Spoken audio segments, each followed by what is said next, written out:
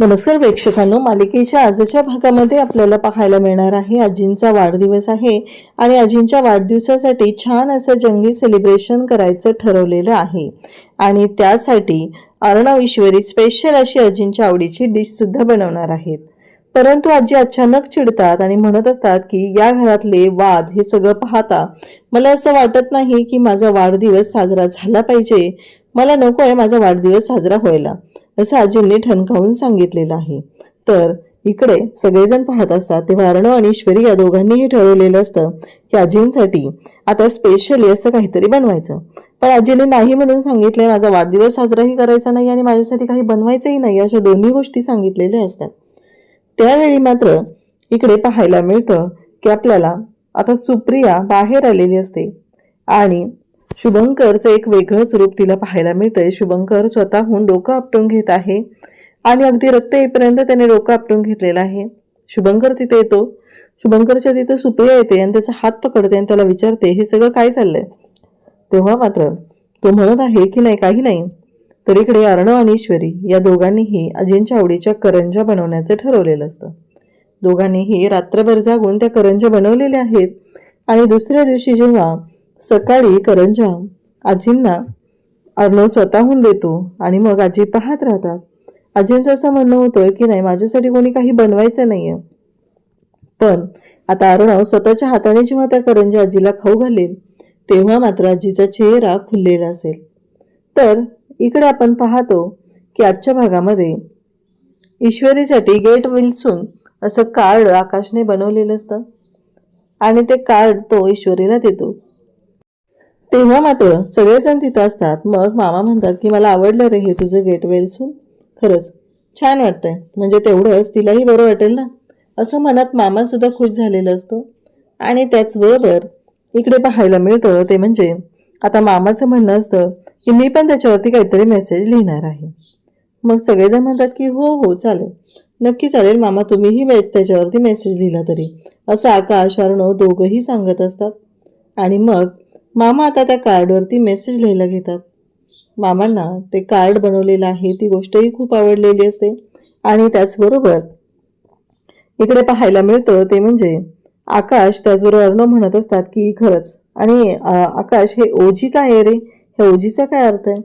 तेव्हा मामाला आकाश सांगतो की ओरिजिनल ओजी म्हणजे ओरिजिनल, म्हणजे आता ती जेएनजीची लँग्वेज आहे त्या पद्धतीने मामाला सांगितलं जातं. मग मुलं आता सांगत आहे त्या पद्धतीने आता मामाने सुद्धा त्याच्यात लिहिलेलं असतं की लवकरात लवकर तू बरी हो असं न लिहिता मोठी हो असं लिहिलेलं असतं. आणि तेव्हा मात्र अर्णव जाम खुश होतो, कारण अर्णवचं असं म्हणणं आहे की तू मोठी झालेलीच नाही अजून, तू छोटीच आहेस, म्हणून लहान मुलांसारखी वागत असते. आणि अर्णवला तर भलताच आनंद झालेला असतो. आणि ईश्वरी म्हणते मामा काय हे. मग मामा त्याच्यावरती लिहिलेलं आहे ते वाचून दाखवतात आणि सगळेजण हसू लागतात. म्हणजेच इकडे आकाशने एवढं छान लिहिलेलं असतं वी वॉन्ट अवर ओजी ईश्वरी बॅक, तेव्हा मामाने त्याच्यावरती लिहिलेलं असतं की लवकर बरी हो. आणि त्याचबरोबर आता मामा खुश असतो, ईश्वरी सुद्धा खुश झालेली असते. मग अर्णवचं असं म्हणणं येतं की मलाही काहीतरी लिहायचंय, मीही त्याच्यावरती काहीतरी लिहिणार आहे, असं ईश्वरीला अर्णव म्हणत असतो. त्यासोबतच पाहायला मिळतं ते म्हणजे ईश्वरी सुद्धा खुश झालेली असते. आता अर्णवला वेगळं काय लिहायचंय हा प्रश्न असतो. तेव्हा मात्र मामा पाहत असतो, मामा म्हणत असतो की काय झालं, नक्की काय म्हणायचंय. तेव्हा अर्णव तू काय लिहिणार आहेस.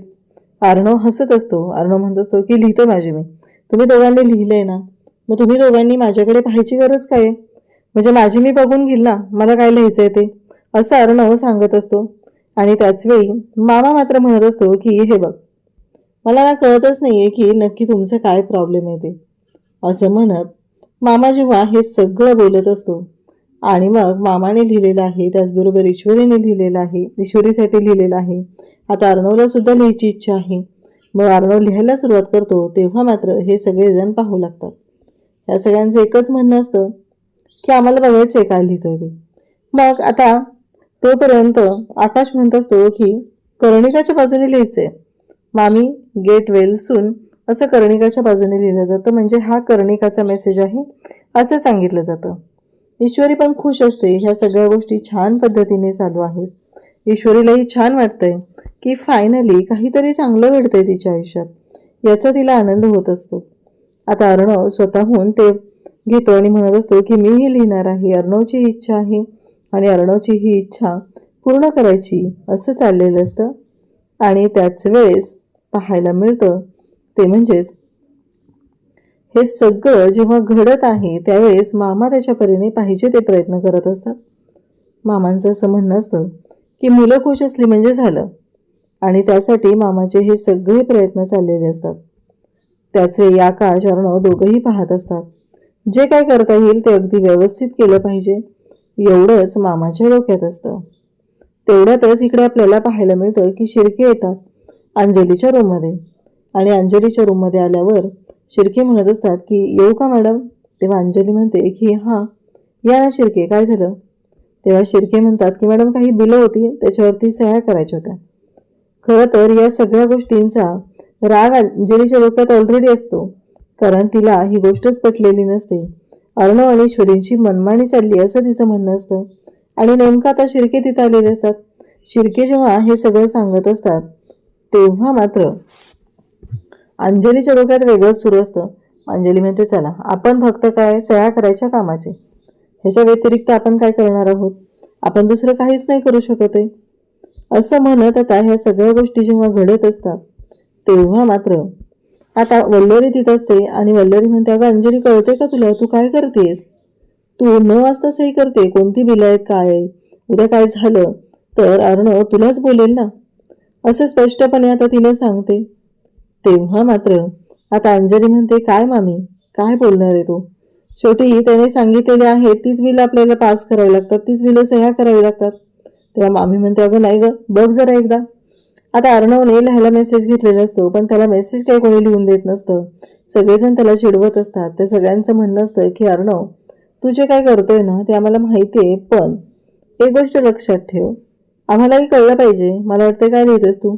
तर आकाश म्हणतोय की आय लव्ह यू लिहितोय आणि मग एक तर लिहिलेलं दिसलंय असं म्हणत आता ते आकाशला अर्णवला चिडवत असतात. त्याचबरोबर इकडे पाहायला मिळतं की हे दोघं जण त्याला अक्षरशः वेळ लावून सोडलेलं असतं की काय लिहितोयस काय लिहितोयस, आम्हाला बघू दे आम्हाला बघू दे, असंच त्यांचं चाललेलं असतं. तेव्हा मात्र इकडे अर्णव म्हणतो की बाद झालं रे, काय चाललंय तुमचं, मला लिहू द्या बरं. आणि मग त्याच्यावर लिहिलेलं असतं की I always remember with you, म्हणजेच मी कायमस्वरूपी तुझ्यासोबत आहे असा मेसेज ईश्वरीसाठी अर्णवने लिहिलेला असतो. आणि ईश्वरी सुद्धा हसत असते. तिला सुद्धा सुरुवातीला वाटलेलं होतं की अर्णव तिच्यासाठी आय लव्ह यू लिहितोय, पण नाही. ऐनवेळी अर्णवने वेगळाच गोंधळ घातलेला असतो आणि ईश्वरी शांतच राहते. अर्णवकडे पाहत असते आणि त्याच वेळी ह्या सगळ्यांना असं वाटत असतं की नाही मान्य हे सगळं जे काय होतंय ते, पण ईश्वरीच्या बाबतीत जे काय झालेलं आहे त्या सगळ्या गोष्टी आता पाहिल्या जात असतात. तर इकडे जेव्हा हे सगळं अर्णव पाहतो, अर्णवला खरं तर छान वाटलेलं असतं. अर्णव खुश सुद्धा असतो आणि तेवढ्यातच अंजली तिथे येते आणि म्हणते बघू काय चाललंय तुमचं. तर कार्ड लिहिलंय का ईश्वरीसाठी, बघू कोणी कोणी काय काय लिहिलंय असं म्हणत तिने येतात ते कार्ड घेते. सगळ्यांना वाटतं की तीही लिहिणार आहे म्हणून सगळेजण खुश झालेले असतात. पण घडत असतं मात्र वेगळंच. अंजली ती कार्ड घेते आणि त्याच्यावर लिहिते गोल्ड डिगर, म्हणजेच पैशासाठी हपापलेली, पैशांसाठी हे सगळं करणारी असं गोल्ड डिगर तिनं त्याच्यावरती लिहिलेलं असतं. आणि आता मात्र सगळेजण म्हणू लागतात की काय आहे हे सगळं. तेव्हा ती ईश्वरीकडे पाहत म्हणते बरोबर आहे, गोल्ड डिगर म्हणजे काय तुला अर्थ नाही कळणार ना, पैशांसाठी हपापलेली. आमच्या घरात तू आलीस, चिंटूशी तू लग्न केलं ते फक्त आणि फक्त पैशांसाठी केलेलं आहेस. तुझ्या डोक्यात दुसरा काहीच प्लॅन नव्हता, कारण तुला आमचे पैसे लुबाडायचे होते, तुला आमची प्रॉपर्टी दिसलेली होती आणि म्हणूनच तू ह्या गोष्टी केलेल्या आहेत असं इकडे ती बोलत असते. तेव्हा आकाश त्याचबरोबर अर्णव तिथं असतात. अर्णव म्हणत असतो काय काय चाललंय तुझं, नक्की काय बोलतेस तू हे सगळं आणि कशासाठी मी सुंदरशी तो अशा पद्धतीने बोलते. तेव्हा ती म्हणते की ही क्लाउड किचनची बिलं, म्हणजे हे ईश्वरी क्लाउड किचन जे आहे ते हिची बहीण चालवते आणि त्याचा खर्च आपण का द्यायचा, कशासाठी द्यायचा आपण त्याचा खर्च. नाही, मला जो प्रश्न पडलाय तो विचारते मी, त्याचा खर्च आपण देण्याची जबाबदारी का आहे? कारण क्लाउड किचन त्यांचं आहे, ते चालवत आहेत, मग बिलं आपल्याकडे का? असं म्हणत तिनं ती बिलं घेऊन आलेली असते आणि ती बिलं फाडायला सुरुवात करते. कारण तिच्या डोक्यात फक्त एवढंच आहे की नाही, काहीही झालं तरीही ही बिलं काही मी पास होऊ देणार नाही.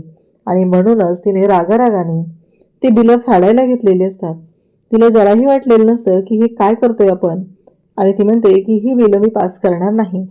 तेवढ्यातच आकाश तिथं असतो. आकाश म्हणतो की हे सगळं मी केलेलं आहे. पण तिला ऐकायचंच नाहीये. तिला फक्त तिचाच हट्ट पुरवायचा आहे आणि त्यासाठी तिची ही सगळी गोंधळ उडालेला असतो. नम्रता क्लाउड किचनला जाण्यासाठी तयार झालेली आहे. आता ती घराच्या बाहेरच पडत असते.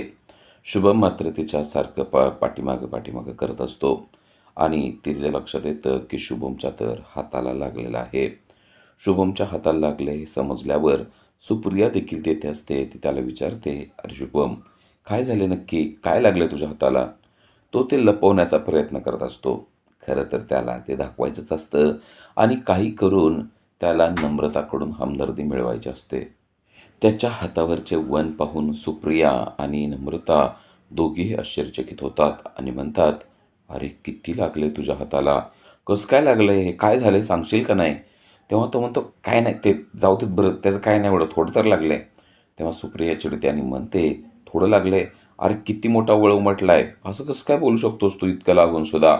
तर नम्रता देखील त्याची काळजी करू लागते आणि म्हणते, "मला वाटतंय आता ह्याला काहीतरी लावावं लागणार आहे." तो तिला बळच असं म्हणत असतो, "नको, याची काही गरज नाही आहे. तू जा बरं, तुला जायचं आहे ना?" ती म्हणते, "नाही, अगोदर मला तुझ्या हाताला काहीतरी लावायचं आहे आणि मगच जायचं आहे." खरं तर या गोष्टीने शुभम अतिशय खुश झालेला असतो. तो बसतो. नम्रताने त्याच्यासाठी मलम आणलेला असतो. नम्रता आता त्याला मलम लावणारच असते. तेवढ्यातच सुप्रिया मध्ये बोलते आणि म्हणते, "नम्रता, अगं तुला उशीर झाला ना जायला. जा बरं तू. आवरलंयस ना आता, पटकन जा आणि जाऊन पटकन आपलं क्लाउड किचन उघड." हे सगळं ऐकल्यावर शुभमला भलताच राग येतो. कारण त्याला वाटत असतं की नम्रताने तो मलम त्याच्या जखमेवर लावावा. पण आता ते शक्य नसतं. कारण सुप्रियाने ऐन वेळेला असं बोललेलं असतं आणि त्यामुळे नम्रता उठते आणि बाहेर निघून जाते आणि या गोष्टीमुळे तो भलताच नाखुश झालेला असतो. ऐनवेळी सुप्रियामध्ये बोलली आणि तिने मध्ये बोलल्यामुळे आता नम्रता मलम लावणार असते. तो मलम तिने लावला नाही आणि आता सुप्रिया मलम लावत असते. शुभमला इतका राग आलेला असतो ना, की या सुप्रियाला खाऊ की गिळू त्याला होत असतंय. काय गरज होती हिनं मध्ये बोलायची? चांगली तिनं मलम लावत होती ना. तिच्यासाठी मी इतकं मारून घेतलेलं होतं आणि आता ही बाई मला मलम लावते. ह्या बाईचा ना मला खूपच राग येतोय. सारखी आमच्या मध्ये-मध्ये करत असते. कशाला मध्ये-मध्ये करत असते? असं म्हणून सायको शुभम हा अतिशय रागावला गेलेला आहे आणि त्याला सुप्रियाचा भलताच राग आलेला आहे. एका क्षणात त्याने सुप्रियाचं नरडच धरलेलं आहे. सुप्रियाला काहीच कळत नाहीये, की हा असा का करतोय? सुप्रिया त्याला म्हणते, "अरे शुभम, काय झालं तुला? असं का करायला लागलायस? अरे सोड माझा गळा, सोड लवकर. शुभम, अरे सोड, सोड मी सांगते ना तुला." तर तो तिला बोलू लागतो आणि म्हणतो, "कितीदा तुला सांगितलंय, की आमच्या मध्ये-मध्ये करायचं नाही. ती माझ्यासाठी एवढं काय करते ना, तुझं का पोट दुखतंय या सगळ्यांच्यामध्ये? आमच्यामध्ये येऊ नकोस, नाहीतर तुला ना खलास करून टाकेन." असं शुभम बोलत असतो आणि हे सगळं पाहून ती खूप घाबरलेली असते. तेवढ्यात त्याला शुद्ध येते आणि त्याला कळतं, की हे सगळं आपल्या मनात चालू आहे. सुप्रिया म्हणते, "अरे काय झालं तुला? मी तुझ्याशी बोलते. कुठं हरवलायस तू?" तेव्हा तो म्हणतो, हां, नाही, ते जरा कामाचा विचार करत होतं ना, त्यामुळे तुमच्या बोलण्याकडं माझं लक्ष नव्हतं." सुप्रिया म्हणते, "हे असं करतोस तू. हे बघ, काय झालंय, तुला रॉड लागलाय म्हणतोस ना, मग आता मी सांगते त्या पद्धतीनं तू ना इंजेक्शन घे. तू जा डॉक्टरकडे आणि इंजेक्शन घे. कारण लोखंडी रॉड लागलाय म्हणतोयस तर इंजेक्शन घेणं खूप गरजेचं आहे." खरं तर शुभम अजूनही त्याच धक्क्यात असतो. कारण त्याला वाटत असतं नम्रताने मलम लावावा, पण नम्रताने त्याला मलम लावलेला नसतो. या गोष्टीचा राग त्याला आलेला असतो. इकडे गेट वेल सूनचं कार्ड घेऊन ईश्वरी तिच्या रूममध्ये आलेली आहे. तिला ते कार्ड खरं तर आकाशने आनंद व्यक्त व्हावा म्हणून दिलेलं होतं, पण आता त्या कार्डमुळेच तिला खूपच दुःख वाटत आहे. ते कार्ड तिने हातात घेतलेलं आहे आणि ते घेऊन ती तिच्या रूममध्ये येऊन विचार करत बसलेली आहे. तिला समजतंय की हे सगळं कशामुळं होतंय. तिच्या मनात वेगवेगळे विचार येत आहेत. मला तर असं वाटतंय हे सगळं माझ्या आईमुळे होत आहे. अंजलीला माझ्या आईवर आणि त्यांच्या वडिलांवर जो काही शक आलेला आहे, जी काही शंका आलेली आहे, त्यामुळेच हे सगळं काय होतंय. मला काही केला यातून बाहेर पडणं गरजेचं आहे असा विचार ती करत असते. तेवढ्यात अर्णव तेथे आलेला असतो. अर्णवला माहीत असतं की ईश्वरी खूपच दुखावली गेलेली आहे. तो तिच्याजवळ येतो आणि म्हणतो, "मी सगळ्याच्या वतीनं तुमची माफी मागतो." तेव्हा ती म्हणते, "तुम्ही माफी मागण्याची काय गरज आहे? आणि जे काही झालंय त्याचा मला राग आलेला नाही आहे. मला फक्त वाईट वाटलेलं आहे." अर्णवने एका क्षणात ते गेट वेल्सचं कार्ड घेतलेलं असतं आणि फाडून टाकलेलं असतं. त्या पाहुणेश्वरी म्हणते, "अहो, आकाश भाऊजींनी किती प्रेमानं दिलं होतं ना ते." तेव्हा तो म्हणतो, "हो, पण आता त्यामुळं तुला वाईट वाटतंय ना, तर ते मी ठेवू शकत नाही. आणि यामध्ये तुझी काहीच चूक नाही आहे, गोष्ट लक्षात ठेव. यामध्ये सगळी चूक आहे ती अंजलीची आहे. त्यामुळं तू स्वतःच्या मनाला कोणतीच गोष्ट लावून घ्यायची नाही. समजतंय का तुला?" तेव्हा ईश्वरी म्हणते, "हो, मला समजते, पण तुम्ही चिडू नका. चिडण्यासारखं काही नाही आहे." असं म्हणून ती त्याचा राग शांत करण्याचा प्रयत्न करत असते.